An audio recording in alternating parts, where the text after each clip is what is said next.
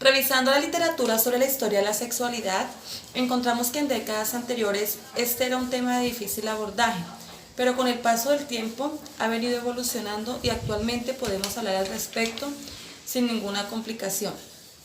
En el trabajo de investigación Jóvenes, Sexualidad y Política de María Carolina Morales en el año 2010, nos dice que las políticas de reconocimiento en Colombia comenzaron con los movimientos feministas a finales de la década de los 70. Esto eran un grupo de mujeres que luchaban por los derechos sexuales, estaban influenciadas por el socialismo latinoamericano. Ellas querían que las políticas de control fueran políticas reconocidas y pues lo lograron a través de los derechos sobre planificación, el control natal y lo que tiene que ver con la atención materno-infantil.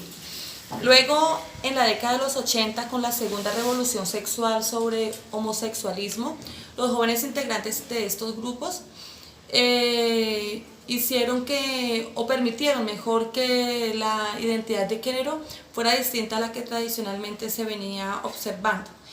A finales de los años 80, en esa misma década, surge un movimiento estudiantil llamado la Séptima Papeleta, que nació pues de un grupo de estudiantes universitarios en el año de elecciones de la Asamblea Constituyente. Este grupo lo único que hizo fue dividir la política o la participación política de los jóvenes. Y este grupo, junto con el grupo de mujeres que venían luchando por los derechos humanos, pues lograron tener varios actores en la Asamblea Constituyente.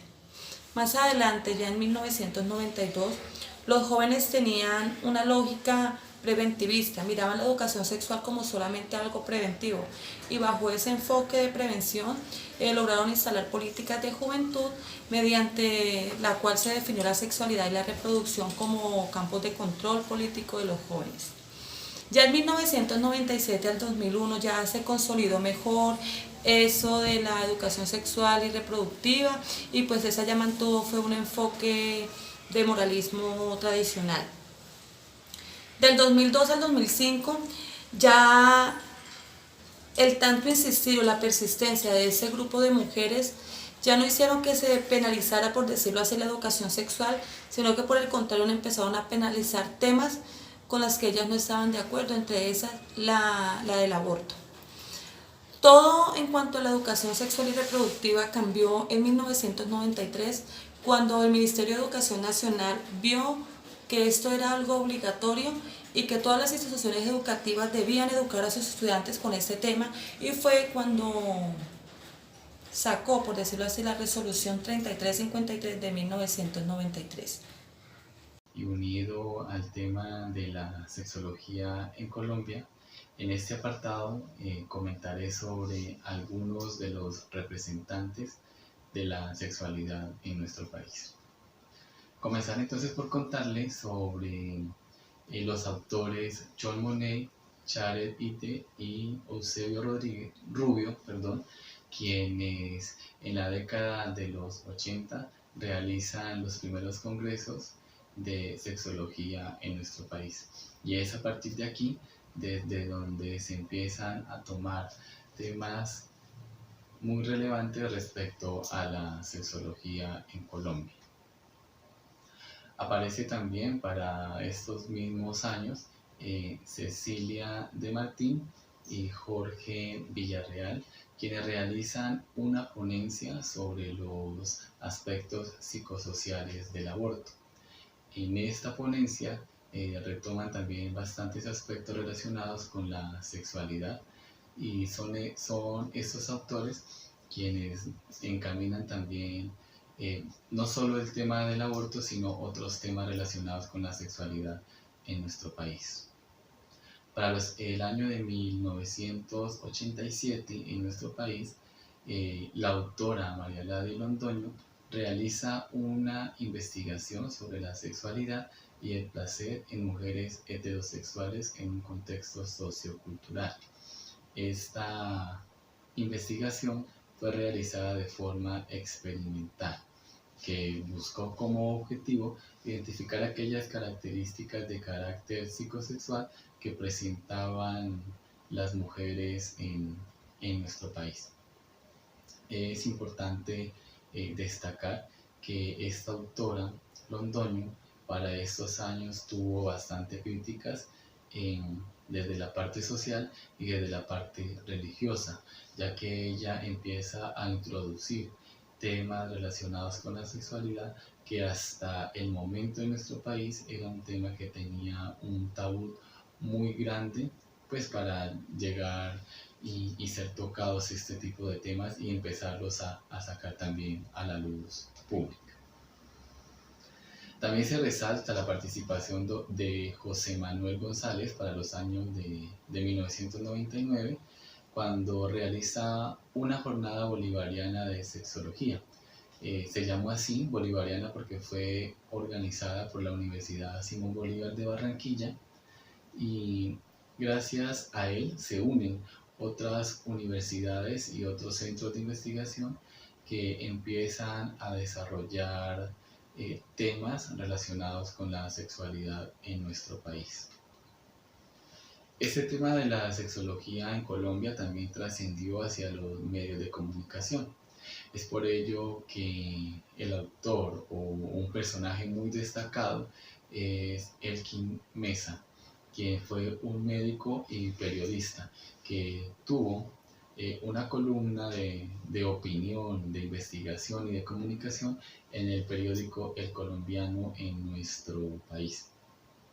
Este médico y periodista empieza a realizar muchas entrevistas a personas conocedoras del tema de la sexualidad, y específicamente a quien más entrevistó y con quien empezó a realizar investigación fue con la autora María Londoño, quien ya mencionamos anteriormente. Desde su rol de periodista realiza distintos programas en los que empieza en nuestro país a tratar temas de la sexualidad. Programas que fueron escuchados en las ciudades de Medellín, de Cali, de Barranquilla, de Bogotá, como las principales ciudades de nuestro país.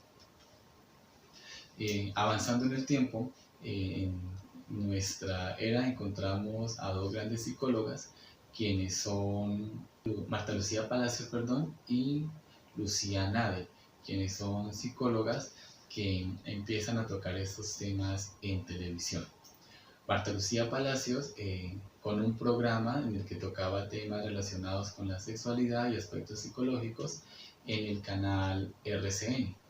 Y por otro lado, Lucía Nader realizaba esta misma acción tocando también temas de sexualidad en el canal Caracol. Estas psicólogas, al tocar estos temas en televisión, entonces ya dan un poco más de trascendencia al tema de la sexualidad en nuestro país. No solo tocando estos temas, sino respondiendo preguntas de las personas que tenían pues a nivel nacional.